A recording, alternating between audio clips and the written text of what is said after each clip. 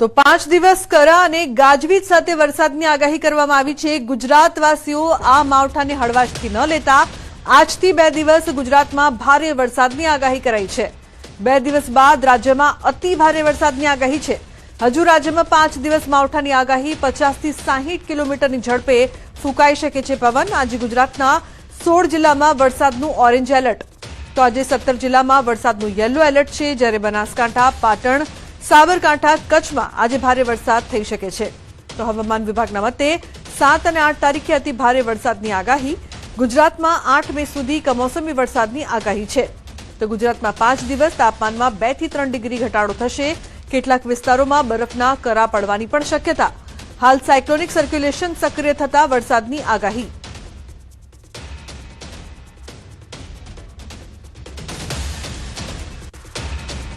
आज का जो फोरकास्ट है आने वाला अगले 5 दिन तक थंडरस्टॉर्म का वार्निंग है, मतलब 5 मई से लेकर 9 मई तक। और डे 1 डे 2 में आपका 5 मई और 6 में हेल स्टॉर्म का भी वार्निंग है। और गेल विंड स्पीड रहेगा 50 टू 60 किलोमीटर प्रति घंटा में विंड स्पीड भी रहेगा। थंडरस्टॉर्म जो है उसको लाइटनिंग के साथ रहेगी। और जो डिस्ट्रिक्ट इसमें आपका आ रहा है वो हेल में जो डिस्ट्रिक्ट आ रहा है वो कच्छ, मोरबी, राजकोट, सौराष्ट्र कच्छ में। और गुजरात रीजन में जो डिस्ट्रिक्ट आ रहा है बनासकांठा, साबरकांठा, अरावली, माहीसागर, दाहोद, पाटन, मेहसाना और पंचमहल, ये डिस्ट्रिक्ट में आपका हेल स्टॉर्म के साथ थंडरस्टॉर्म विथ लाइटनिंग का वार्निंग दिया गया है। D1 में हेवी रेनफॉल का वार्निंग दिया गया है थंडरस्टॉर्म के साथ।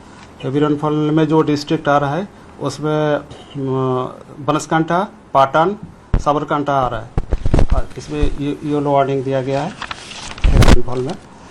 और जो डे 2 में भी heavy rainfall, heavy to very heavy rainfall का भी वार्निंग है। તો મે મહિનો આંધી, તોફાનો અને માવઠાનો હશે। અંબાલાલ પટેલે કરી છે ફરી ધ્રુજાવી દેતી આગાહી। ફરી ધૂળની ડમરી, ગાજવીજ સાથે થશે માવઠું। રાજ્યમાં પ્રી મોન્સૂન એક્ટિવિટીનો વરસાદ થશે। કચ્છ, રાજકોટ, અમરેલીમાં થશે વરસાદ। તો બનાસકાંઠા, સાબરકાંઠામાં ધોધમાર વરસાદ થશે। કેટલાક ભાગોમાં કરા પણ પડી શકે છે। આ વખતે કરાની સાઇઝ મોટી પણ હોઈ શકે છે। આ ગાળામાં જનધનને કાળજી રાખવી જરૂરી। ધૂળકટુંબો અને લગભગ વીજપ્રપાત અને ગાજવીજ સાથે રાજ્યના ભિન્ન ભિન્ન ભાગોમાં કમોસમી વરસાદ કે પ્રી મોન્સૂન એક્ટિવિટી થવાની શક્યતા રહેશે। સાબરકાંઠાના ભાગોમાં હજુ પણ ભારે ગાજવીજ અને વીજળી સાથે કેટલાક ભાગમાં મુશળધાર વરસાદ થવાની શક્યતા રહેશે। ખાસ કરીને કરા પડવાની પણ શક્યતા રહેશે। કરાની સાઇઝ મોટી પણ હોઈ શકે, એટલે જનધનને કાળજી રાખવાની જરૂર છે। માલ સમુદાય પણ કાળજી રાખવાની જરૂર છે। તો 8 મેનો દિવસ ખૂબ ભારે રહી શકે છે। 8 મે કેટલાક ભાગમાં અતિ ભારે વરસાદ થઈ શકે છે। ગુજરાતમાં કેરી પકવતા ખેડૂતો માટે ખાસ સમાચાર। આગાહીકાર અંબાલાલ પટેલનું ખેડૂતોને સૂચન। કેરી પકવતા ખેડૂતો માટે અંબાલાલનું સૂચન। આ માવઠું કેરીના પાકને નુકસાન પહોંચાડી શકે છે। તેજ પવનથી ધાન્ય પાક પડી જવાની શક્યતા। તારીખ 8મી મેમાં પણ કેટલાક ભાગોમાં ભારેથી અતિ ભારે વરસાદ થવાની શક્યતા છે। ખાસ કરીને સૌરાષ્ટ્રના કેટલાક ભાગોમાં ભારે વરસાદ થવાની શક્યતા છે।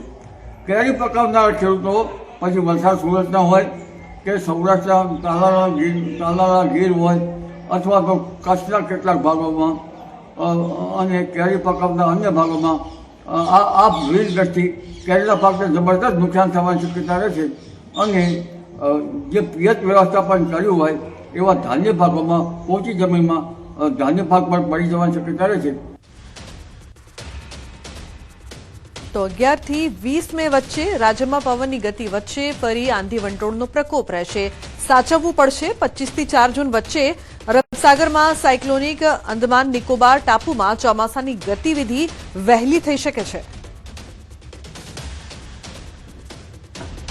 તારીખ 11 થી 20માં પણ પવનની ગતિ વધારે છે અને પવનની ગતિ આંધી વંટોળ સાથે સખ્ત પવનના તોફાનો સાથે પુનઃ પણ સાચવવાની શક્યતા રહેશે।